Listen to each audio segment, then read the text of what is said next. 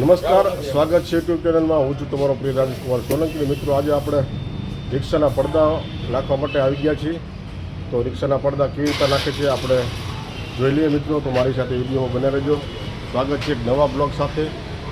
તો મારી પાછળ મારી રિક્ષા છે અને આ ભાઈ પડદા નાખી રહ્યા છે, તમે વિડીયોમાં જોઈ શકો છો મિત્રો.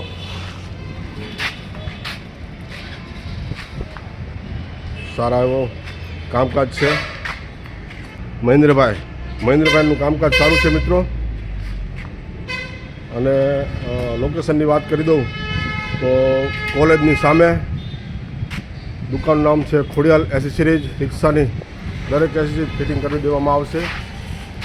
અને ફોન નંબર અને સરનામું હું ડિસ્ક્રિપ્શનમાં નાખી દઈશ મિત્રો.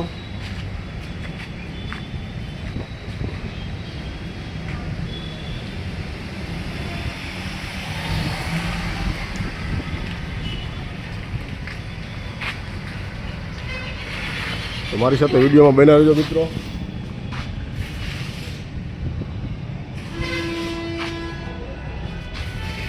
આવતો રે બાજુ.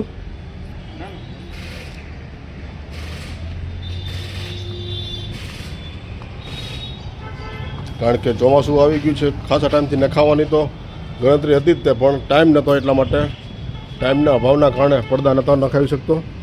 કારણ કે બહાર જવું ત્યારે તકલીફ થોડી પડતી હતી મિત્રો. આપણી પાસે ટાઈમ છે એટલા માટે પડદા નખાઈ જવાનું, પછી આપણે બજારમાં જવાનું છે. તમે વિડીયોમાં જોઈ શકો છો, કારણ કે પડદા નાખવાનું કામ ચાલુ થઈ ગયું છે મિત્રો.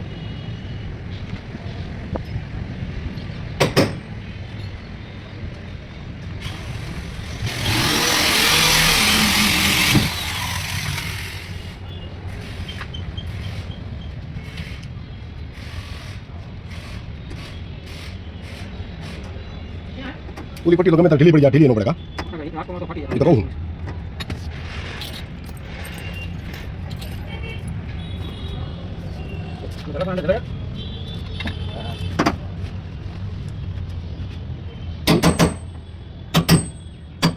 तो मित्रों, तुम्हारे पूर्ण कामकाज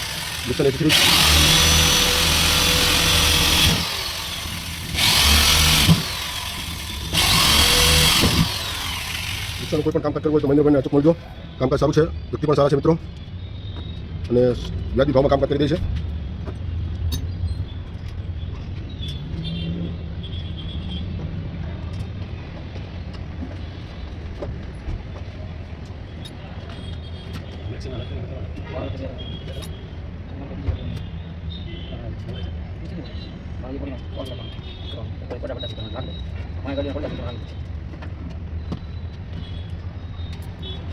જ્યારે કપડામાં આપણે સેલિંગ કરવા જઈએ ત્યારે ખૂબ તકલીફ પડતી હતી, કારણ કે કપડાં ભળી જવાની બીક લાગતી હતી. એટલા માટે પડદા આપણે નખાવાની ઘણા ટાઈમથી હતી ટ્રાય, પણ ટાઈમના ભાવના કારણે પડદા નતા નખાવી શકતા. ઓલરેડી આપણે પડદા નાખી દીધા છે, એટલે હવે કપડાં પડાવવાની કોઈ બીક છે નહીં મિત્રો.